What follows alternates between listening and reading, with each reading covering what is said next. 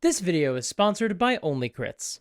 Every year, the D&D YouTubers have a community event called Monster Week. Created by Pointy Hat and Ginny D, they choose a topic, and then they invite all other Dungeon Tubers to make videos about that same topic, and they go into a playlist, and that way you can find a whole bunch of new YouTubers to check out.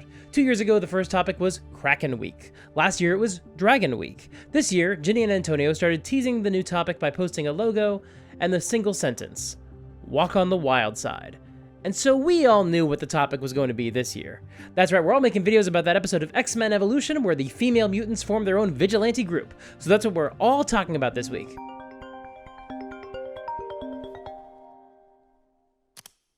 Hello? Oh, hi, Ginny and Antonio, the creators of Monster Week. Yeah, I'm working on it right now. Sorry, you said the theme was Fae? Yeah, no, that makes sense. Walk on the wild side, that's clearly a reference to the Feywild. What else could it be?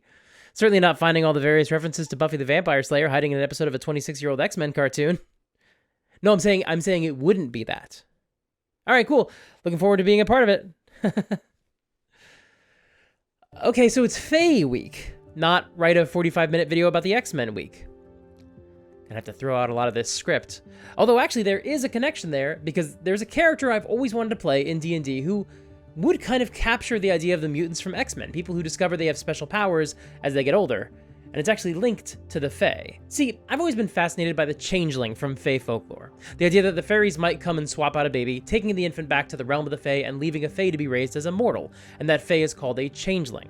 I've loved this idea ever since I read that Hellboy comic, The Corpse, which opens with Hellboy exposing a Fae who had replaced a baby, and Hellboy has to go track down the real child. And part of me has always wondered, what would happen to the Fae posing as a baby if they were never discovered? In the comic, the Fae is a malicious actor, but what if it was just a normal Fae child? Just two creatures basically switched at birth. Would they just grow up thinking they were a normal human and then slowly discover supernatural abilities? Sort of like the X-Men? See, I've tied it all together, this still works. Now, this is kind of represented in D&D already with hags. The hags will eat a child and then they'll give birth to an identical baby and replace the original baby with the hag baby. Then when that child turns 13, they turn into a hag. It's the incredibly fucked up way that hags reproduce in D&D. But the idea of replacing the baby with a fae is common in all sorts of European folklore, especially in Ireland and Scotland. Sometimes they're taken by fairies, sometimes it's other supernatural spirits, sometimes the baby's literally just taken by the devil himself. And also, normally the baby isn't, consumed like it is with the hag. Of course, it's also worth noting that changelings could be identified by their abnormal behavior, and modern scholars think that this superstition actually originates with children who were neurodivergent, like children we would today identify as being on the autism spectrum or having some sort of other mental or physical disability. Obviously, that's not the part that draws me to this concept. I would have no problem playing a character who's on the spectrum or neurodivergent in some other way, but that's a tricky subject, and actually maybe it's something I'm going to talk about in a future character creation video, probably next month. But also, it's not what I think is interesting about the changeling idea. Today, what I want to do is what we often do with D&D. We take some piece of folklore, we set aside some of its real-world origins, and we just pretend the myth is true. Like, yeah, dragons were probably inspired by dinosaurs, but we all probably ignore that when we put dragons in our game. Changelings are actually a little bit more like goblins, come to think of it. Not just because they're both fae, but because they both have a little bit of problematic history to navigate. The goblin history is a little bit more recent, it's not part of the original myth, but it's worth acknowledging. And we're going to have to be aware of that, and we do our best to kind of detangle the actually interesting idea of the myth from its more uncomfortable baggage. And then we can just take this concept seriously and see what sort of story potential it might offer. Yes, in the folklore, parents thought there was something wrong with their child, and therefore the child must have been abducted and replaced with a monster. And yes, obviously that's pretty ableist. But also, it's just not as dramatically interesting as the alternative. At least, that's what I think. I think the thing that most excites me about the changeling is the idea that they don't even know that's what they are. Our changeling character didn't behave any differently growing up. There were no indicators that he was anything other than a typical human baby. In fact, I like the idea that he grew up believing that he was just a normal kid. That doesn't seem to be how the myth typically works, but again, I like the idea of someone discovering this about themselves later in life, much like the X-Men.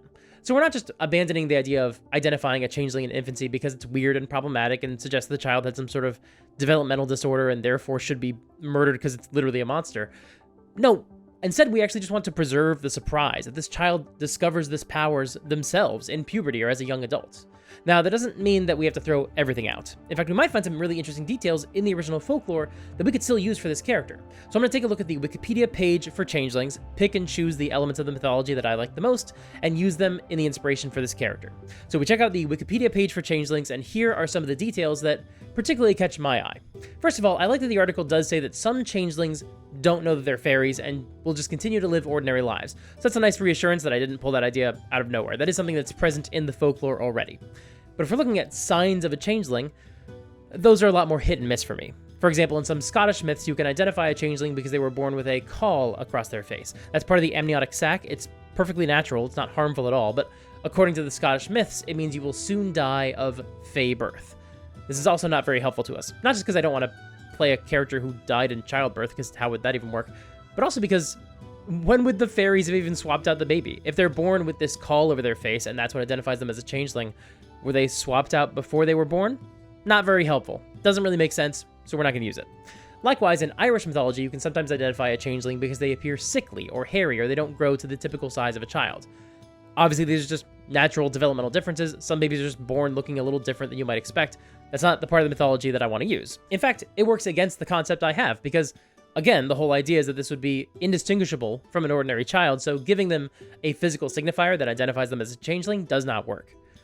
Although, in fairness, if this is an X-Men reference, as I've sort of established it is, some mutants do become hairier as they get older, and Nightcrawler was born hairy, and he also lends himself really well to the changeling concept because some versions of changelings are abducted by the devil instead of fairies, and they did eventually reveal that Nightcrawler's father is a demon. It's one of the worst X-Men comics of all time, and it completely defeats the entire purpose of his character concept, but it does lend itself well to this interpretation, but that's a larger conversation. The point is, I had other X-Men in mind when I came up with this idea, so we're not going to go with the hairy baby concept. Another common detail is that changelings have ravenous appetites. Folklorist D.L. Ashleyman actually wrote about this and said that this idea that your overly hungry child is actually a stranger was really just a way of expressing anxiety about someone in the family who wasn't pulling their weight and was a drain on your resources. Yes, God forbid you have a growing baby who has a healthy appetite. Let's kill the baby so we don't have to feed it, and then justify it by saying that it was a secret fairy or a demon or whatever. Sheesh. Some Irish myths also refer to changelings being identified through unusual behavior when they think they're alone, like jumping around, dancing, or playing an instrument. Again, probably just kids with ADHD, not literal fairies. Although the instrument is an interesting detail. We actually might be able to do something with that. After all, I don't necessarily think of playing an instrument as a child as something that only fairies can do, or real-world people with developmental differences. But I do think there's something interesting about the idea that a fairy might have some unique relationship to music that comes out unconsciously, even when they're being raised as a mortal. Fairies also can't interact with iron. That's a popular part of the mythology. Sometimes open iron scissors might be left next to a crib to ward off fairies from taking the child. And in that Hellboy comic, he does use a horseshoe to identify that the child is a changeling. So that tells us that this character probably did not live in a house where the primary occupation involved handling a lot of iron. Like, if they're growing up to become a blacksmith or a farmer or a tailor, if scissors are made of iron, they would be handling iron a lot more as a child, and they'd be identified much earlier. And that's going to be very helpful to us when figuring out more details about this character, to know what jobs they couldn't have as they grew up. Also, there's another passage that tells me that changelings might display intelligence far beyond their apparent years and possess uncanny insight. Obviously, in a game where intelligence is a stat and insight is a skill, you can assign value to those traits, and that gives us a lot to work with again. But it also helps to shape a sense of who this character was. They grew up as an ordinary human, but there were still some elements about them that might have made them different, but they could just write those off as being a little weird or quirky or bookish or whatever, but it's only in their later years that they did discover they were actually born different. Which, now that I say it out loud, really does sound like another metaphor for autism or ADHD, but look, in this case, I think I like it. It's a malleable metaphor that lends itself well to readings of autism, and maybe even feels like an empowering interpretation of autism, but it doesn't feel like we're stigmatizing neurodivergence. It feels different to me. Maybe there's still a chance that it could come off wrong. You still want to be careful anytime you're taking real-world traits and putting them into a D&D character, but there's a lot more to work with there that I feel like is at least positive. But the next question is, why did the Fae replace this child? That's not something I would decide as a character. It's something that would be up to the GM to determine. But there are some really interesting ideas on this Wikipedia page, and I would share them with my GM. Obviously, they're free to come up with their own ideas, but if they don't have any ideas, or they have enough on their plate and they don't have the opportunity to research the Fae themselves, these options might be helpful for a GM. In some myths, the fairies leave behind an elderly Fae, so they can live out their final days in comfort being cared for by mortals. Which I guess is the implication that if your child dies very young of apparently natural causes like SIDS, that it was actually a fairy who was elderly, which, okay, that's at least offering some comfort to parents and not saying you have to kill your child, but still, yeesh. But the idea I like more is that our character is going to be an actual Fae child who grew up thinking they were a child, not an old man who pretended to be a human baby, grew up, went through puberty, etc. In medieval Scandinavia, trolls actually considered it more respectable to be raised by mortals rather than humans, so they disguised their children as human infants so they could grow up in a better home. That's interesting. I like the idea of essentially Fae parents leaving a child with mortals because they want to give them a better life. Another source suggests that fairy children need human milk to survive, so fairies replace human children with their own because that's an essential part of their life cycle. That's really interesting because obviously this means that there aren't that many fairy children being born, at least not as many as there are mortal children, or they'd be literally trying to replace every single child in the world. A changeling is very rare, so presumably, if this is why fairies replace a child, what's the state of fairy culture like? Do they just produce very few children naturally? Like that's just part of their long lifespan, they don't give birth that often? Or is their civilization in decline, and this is a desperate measure being taken to keep their society alive? This also raises the question, what happens to the human children? Again, I was specifically inspired by a Hellboy comic where Hellboy is trying to recover a baby stolen by the Fae. And when he accomplishes the task and gets the baby back, he has this fascinating conversation with one of the goblins. The Dweena, she would have raised the child as one of their own. No harm would have ever come to her. Sure. Why should she be a person? She could just live under a log with you guys. Unkind. No living child of our race has been born into this century, and no more will ever come. We know this. The years, they beat down on us like the ocean upon a stone. We're worn away. That little girl's parents don't care. More's the pity. Soon I think the king will gather us and march us down into the shadows under the world where the old people go.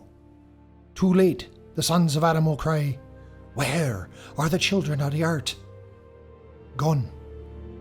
Look for, but you shall not find them. Weep, for they are gone forever. So I love the idea that these Fae might feel like they have to steal children, otherwise their culture could literally end.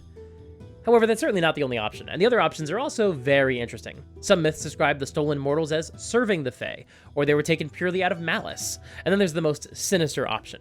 In Scottish folklore, it said that the human babies are taken to replace fairy children in the fairies' tithe to hell. Every 7 years, the fairies had to pay a tribute to the devil on the 7th Halloween. They have to hand over one of their own people.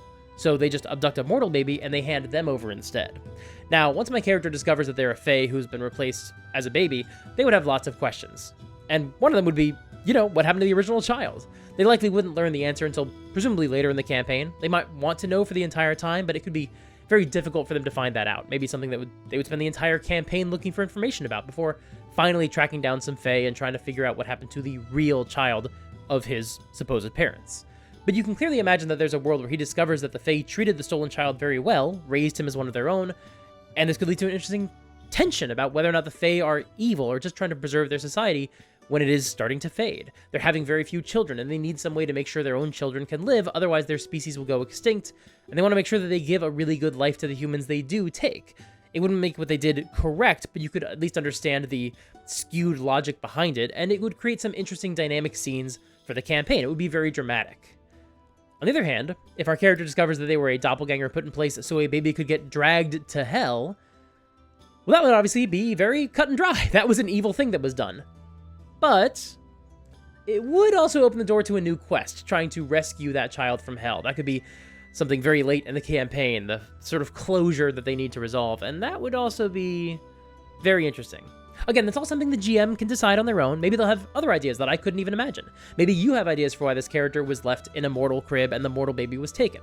Ultimately, that's not even my job to figure out. I just have to make a character who captures what I think is interesting about playing a Fae who grew up thinking they were human.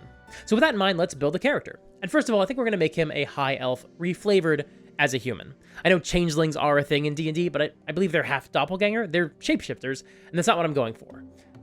Although, obviously, we're referencing the X-Men. That is Mystique's whole deal. She is a shapeshifter, but generally speaking, the stats for the high elf work better for the backstory I've created for this character. And for our class, we're going with Sorcerer because they were born with their magic, which they unlock as they learn more about their Fae ancestry. Or, as they unlock their magic, they learn more about their Fae ancestry. Sort of a chicken and egg thing there, but as they're learning more through their quest and trying to figure out more information, their magic is also growing in power. If you're making a character who is born with some weird powers, like potentially making a character who's a riff on the X-Men, there's a decent chance that that character is going to be a sorcerer, because they do have a perfect backstory for it. You are born with magic, you gain more power as you level up, as you learn how to use it better. That's the X-Men. Then comes the background, and for that, I was a lot more uncertain about what to go with. You know, with the X-Men, those characters aren't usually created starting with their background, the job they had in their mundane lives. Except maybe with Deadpool, who was a riff on another mercenary from another comic. But most likely they either start with their powers or with their role in the group, like what sort of personality they have, and how they might bounce off the other characters. Now, we don't know who else would be in this group, so we can't really decide on the full dynamic right now, but we can still figure out a personality, hopefully one that would lead to some interesting interactions with the other characters. I don't have a strong idea for a personality for this character, but I know how I can get one. We can start by rolling some stats. So I rolled his stats and I got 8, 11, 12, 10, 8, 13.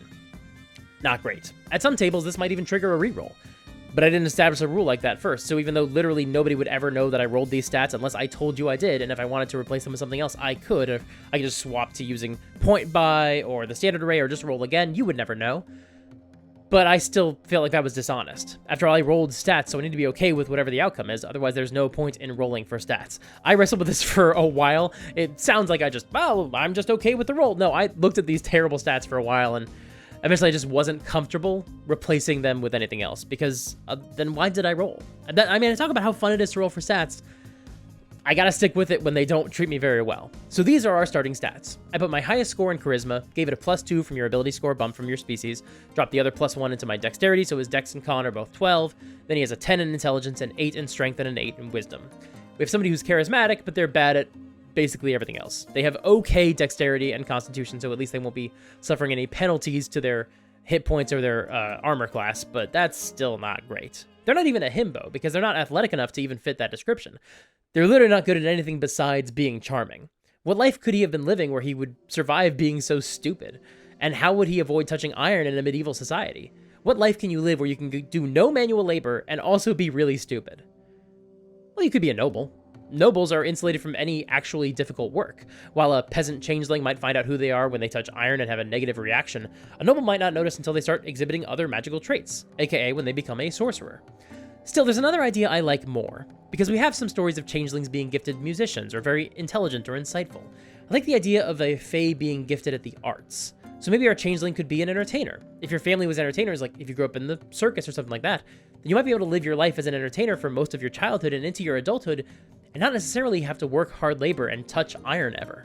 I know plenty of carnival workers probably did help out with the hard work of putting up and tearing down the tents, but there's other ways you could also help without touching iron or doing hard work. I guess you would also not be able to cook any meals around the fireplace, but, you know, maybe they wouldn't understand why they have a negative reaction to cooking themselves, and they're put to work doing other things instead. Of course, a lot of circus acts are still very physically demanding as well. Like, obviously with a strength of 8, he's not going to be a circus strongman, but I also don't think he could be an acrobat or a trapeze artist with a dexterity of only 12. However, he still could be a clown. I'm actually picturing the opening scene of Chaplin, where Robert Downey Jr. does some genuinely impressive clowning in a vaudeville scene, much of which could be done if you were slightly more dexterous than the average person. You don't have to have a dexterity of 16 just to pull off a convincing pratfall. And I also really like the idea that this changeling would basically be drawn to the theater. He would thrive in the limelight. He would live in an environment where people applaud for him. Like, when they clap their hands, it makes him feel alive. Like in Peter Pan. Maybe you could imagine some fairies came and watched the show one day and they loved it, and they came back later on, maybe years later, with their fey child, and they swapped them out because they wanted to leave the child in this community because they wanted this fairy child to have this wonderful life. And then, as he got older and his magic manifested, it ruined the act, and now he sets off on his mission to go find where his magic came from. Along the way, he might work his clowning and performing into his spells. His somatic materials might be literally miming. His dexterity saving throws might be big, goofy pratfalls. He might be excellent at staging huge dramatic arguments to cause a scene and create a distraction, but bad at lying to an individual person because he's not used to playing his scenes for a close-up audience. He plays for the cheap seats of a full house under the big top. Now this raises another interesting question. How old is our circus sorcerer? Is he still a child or a young adult? Being younger would help explain his low stats. He's literally just a kid, maybe 15 or 16. He still has a lot of growing up to do. His low intelligence and wisdom scores don't mean that he's dumb, just that he's immature. And because a lot of X-Men manifest their powers at 16, this would work pretty well for that. And I know I said Nightcrawler wasn't going to be a point of inspiration. After all, our character got his powers and had to go leave the circus to find answers, whereas Nightcrawler basically knew what he was, and he could only work at the circus because that was the only job that would take him. But the reason I don't want to go that way is because I like the way so many other X-Men stories go, where the characters' powers manifest and it basically throws their old life into turmoil, and they can't rely on their old friends and family, so they have to find a new community where they can feel safe and who can help them find some answers. And that would be our team of adventurers. But I don't think our character necessarily got thrown out of the circus. I think he just discovered this other aspect of himself, and he took it upon himself to go look for answers. After all, the reason Nightcrawler could live in the circus is because they're pretty accepting and understanding of people who can't make a life anywhere else. So I have a hard time believing that he got kicked out of the circus, but the idea that he's leaving on his own mission to go find, what his magic is caused by and where it came from, eventually who was the innocent child who was taken, that's a lot more compelling to me. And listen, a 16-year-old child who grew up in the circus and now they're an adventurer, I know what you're thinking.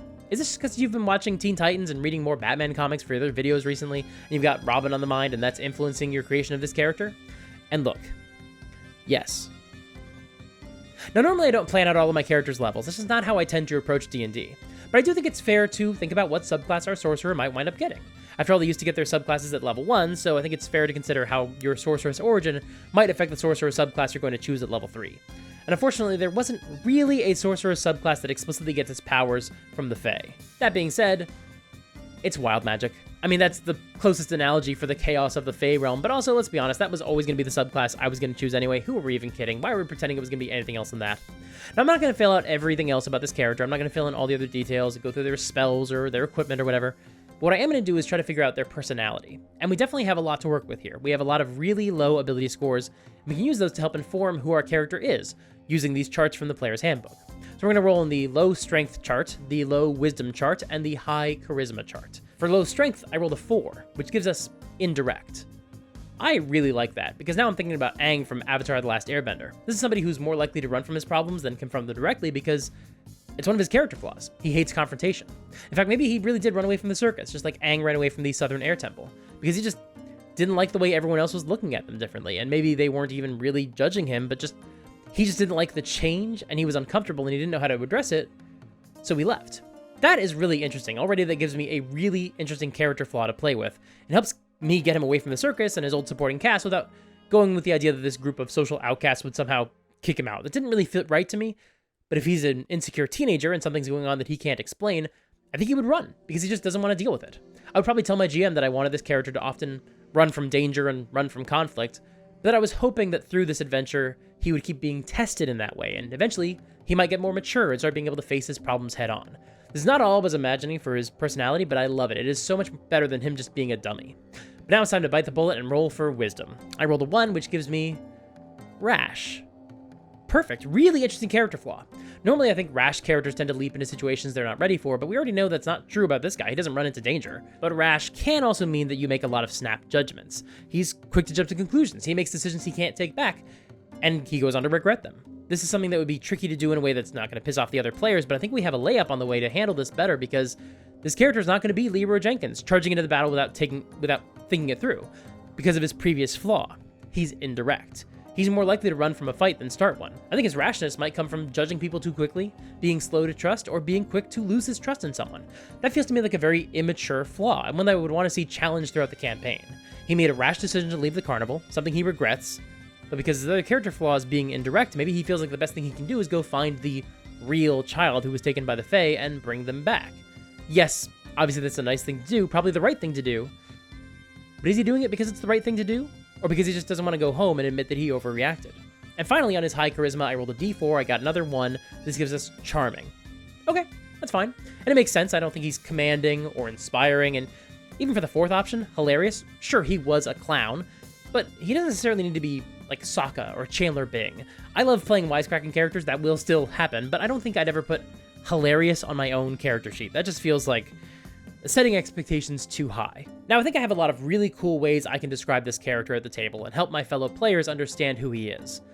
But if I wanted another method to help bring this character to life at the table, to capture his vibe in every session, then I could do that very easily with the help of today's sponsor, Only Crits. Hello there, Winnie the Pooh here. I love D&D, mainly because I love playing with dice. I love dice so much, and I love helping other people find the dice that are right for them. And if Mike is making a new sorcerer character, then you should really check out the class dice sets from Only Crits. They've got a unique style of dice for each class in the core rulebook. So Mike should go get a set of the sorcerer dice, which are covered with all sorts of cool environmental effects, like tornadoes and thunderstorms. This would be perfect for Mike's character, as he's playing a sorcerer who's discovering his magic and how it can shape the world. However, what if he was playing a clockwork sorcerer and he wanted to put more emphasis on that instead? Well, he could pick up some hollow metal dice, or some Little Friends dice that actually have gears inside of them, because no matter what character concept you have, you'll be able to find a perfect dice set to bring that character to life at the table. And if you visit onlycrits.com/supergeekmike and use the promo code SUPERGEEK at checkout, you'll be able to save 20% off of your order. That's a brand new deal, much better than you've got in the past. So if you've been on the fence about ordering, make sure to order today. Once again, that's onlycrits.com/supergeekmike and use the promo code SUPERGEEK at checkout for 20% off of your order. Thank you so much to Only Crits for sponsoring this video. Cheerio! So that was it. This has been my Monster Week video. Although that being said, I really had another video I wanted to get out this week for Monster Week, because I've actually got a phase storyline going on in my own games right now. And so while I normally don't make campaign diaries, I think it would be fun to take you through what's been happening in my game lately, because it actually directly connects to what I've been talking about on my channel lately, namely the subjects of story arcs and seasonal big bads. However, it's been a little bit of a challenge to get videos out when I wanted to this year, and that's especially been true this month. We've had a lot going on. 3 birthdays, 2 work trips, a bunch of doctor's appointments all landing around the same time. Everyone in the house is sick right now. Plus, these monsters of the week keep showing up and distracting me with other shenanigans. I tell you, I would give anything to get through a week without any distractions to slow me down.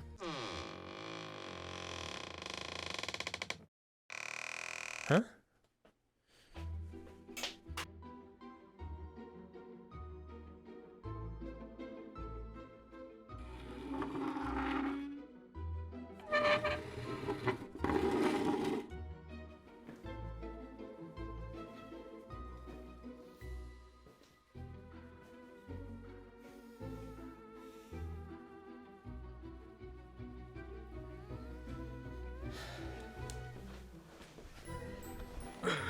A week without distractions.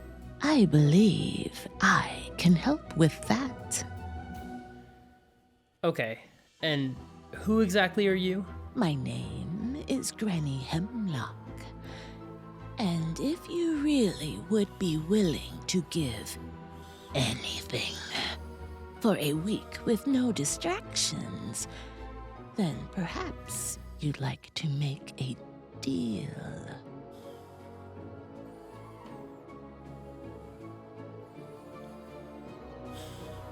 Sure, sounds good. Oh, I actually thought it was going to be a harder sell. No, sounds great. I mean, let's talk terms, but in general, yeah, sounds great. I mean, come on, what's the worst that could happen?